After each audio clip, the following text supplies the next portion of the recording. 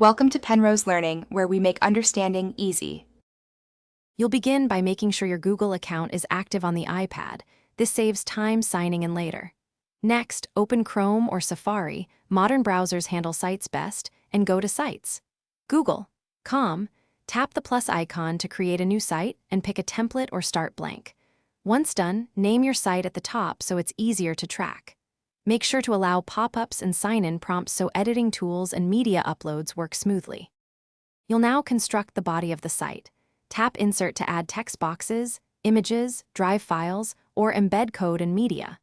Use the Layouts options to choose column styles, touch and drag content blocks to reorder sections visually. Create additional pages from the Pages tab, then organize them into a clear navigation structure so visitors find content easily. While editing, preview frequently with the Preview Eye icon to check mobile display. Remember to save changes automatically while you work. Finish by setting your site name and publishing options.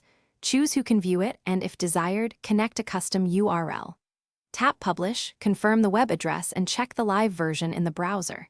If you need to make edits later, return to the editor and republish. If something goes wrong, for example, media won't upload or buttons don't respond, clear the browser cache, force quit the browser, and sign in again. This usually restores permissions and resolves sync hiccups quickly. Thanks for watching. If this was helpful, leave a like and consider subscribing. See you next time.